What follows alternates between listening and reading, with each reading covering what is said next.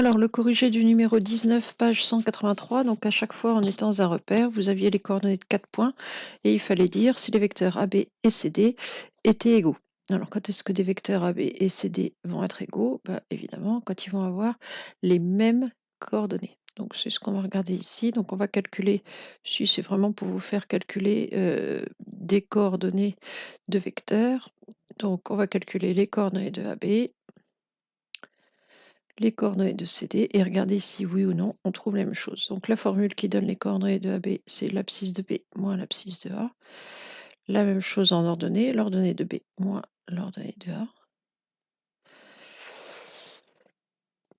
Donc ici, celle de l'abscisse de B, 8, moins l'abscisse de A, 5. L'ordonnée de B, 4, moins l'ordonnée de A, moins 3. Donc moins, moins, on va transformer ça en un plus 3. Donc les coordonnées de AB, on va trouver 8 moins 5, 3. 7. Lorsque je vais de A à B, en abscisse, j'avance de 3, je passe de 5 à 8. En ordonnée, je monte de 7, effectivement, je passe du niveau moins 3 au niveau 4. Je fais la même chose avec le vecteur CD. Donc, l'abscisse de D moins l'abscisse de C. Donc, c'est toujours le point d'arrivée, la deuxième lettre, moins le point de départ, la première. YD moins YC. Donc, on va avoir x de D 3 moins x de C 0, l'ordonnée de D 12, moins l'ordonnée de C 5. Donc CD a pour coordonnées 3 moins 0, 3, 12 moins 5, 7. On remarque que les deux vecteurs AB et CD ont les mêmes coordonnées. On a ici AB égale CD pour celui-ci. Donc on peut vérifier, hein, quand je vais de C à D, en abscisse je passe de 0 à 3, j'avance de 3. En ordonnée, je passe de 5 à 12, je monte de 7, c'est que tout est cohérent. Donc sur le premier, voilà. Donc on va faire ça 4 fois. Donc à force, vous allez vous habituer, hein. Donc coordonnées de AB, alors, je ne vais pas forcément remettre la formule, je vais faire directement le calcul. Donc 30, l'abscisse du point B moins l'abscisse du point A, moins 10. L'ordonnée du point B, 40, moins l'ordonnée du point A, 20. Donc les coordonnées de AB, on va avoir 30 moins 10, 20, 40 moins 20, 20. Donc 20, 20 lorsque je vais de A à B. CD, je vais faire ici. Donc celle de D, 70, moins l'abscisse de C, 50. L'ordonnée 80, moins l'ordonnée de C, 60. On a donc 20, 20 encore une fois. On a là aussi AB égale CD. Alors ça veut dire quoi géométriquement d'ailleurs? Dire que les deux vecteurs AB et CD sont égaux. Si j'ai deux vecteurs AB et CD qui sont égaux, ça veut dire que je suis en train de construire un parallélogramme. On avait vu ça au moment où on a fait les vecteurs. Ça veut dire que A, B, D, C est un parallélogramme. Alors ici, ce n'était pas demandé, mais voilà une façon rapide de prouver que vous avez un parallélogramme. On en avait déjà vu une quand on a vu les coordonnées du milieu en disant je prends les coordonnées des milieux des deux diagonales et je vérifie que c'est le même. Deuxième façon de prouver qu'on a un parallélogramme, on prouve qu'on a deux vecteurs égaux. Alors ça va plus vite du coup. Enfin, oui, parallélogramme. Bon, c'était pas demandé ici, mais ça permet d'en parler. Et on va continuer.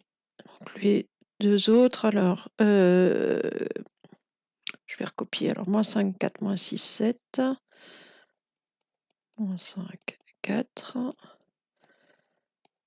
Moins 6, 7. Les coordonnées de C et de D, 1, 4, 2, 1. Donc 1, 4 et D, 2, 1. Donc coordonnées de AB.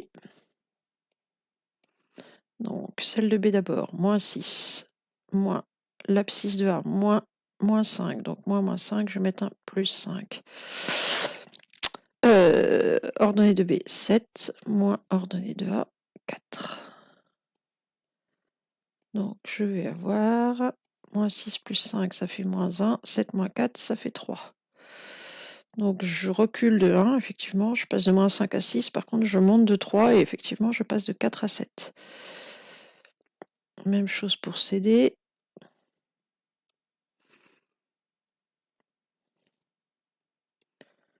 Donc coordonnée de CD, donc celle de D, D2 moins celle de C, 2 moins 1, et ensuite 1 moins 4 en ordonnée. Donc 2 moins 1, ça fait 1, 1 moins 4, ça fait moins 3. Donc ici, les coordonnées ne sont pas les mêmes. Il y a un problème de signe, c'est-à-dire que c'est presque les mêmes, sauf qu'il y en a un qui est l'opposé de l'autre. Au lieu d'avoir moins 1, on a plus 1, au lieu d'avoir 3, on a moins 3. C'est-à-dire que les deux vecteurs sont deux vecteurs opposés. C'est-à-dire qu'ici, et les vecteurs égaux, ce serait AB et DC. C'est-à-dire qu'ici, le parallélogramme ne serait pas AB et DC, mais AB CD. Il faudrait faire un petit croquis pour s'en convaincre, hein, mais si j'avais voulu avoir deux vecteurs égaux, il aurait fallu prendre AB et puis DC. Il aurait fallu faire 1 moins 2 et 4 moins 1. Donc dans ce cas-là, il aurait fallu prendre AB et DC. Donc ici, les deux vecteurs ne sont pas égaux. Et enfin, le dernier. Donc on va recopier. Alors 1, 2, 3, 4. Ça va, c'est pas trop dur à mémoriser. A, 2, B, c'est 3, 4. Et C, D, donc j'ai 5, 6, 7, moins 8. 5, 6, 7, moins 8. Donc, on va calculer les coordonnées de AB. Donc, celle de B moins celle de A. 3 moins 1. 4 moins 2. Donc, on va avoir 3 moins 1, 2. 4 moins 2, 2. Même chose pour celle de CD. Donc 7 moins 5 en abscisse et moins 8 moins 6 en ordonnée. Donc coordonnée de CD, 7 moins 5, je retrouve le 2. Pourquoi est-ce que ça fait un truc droit là?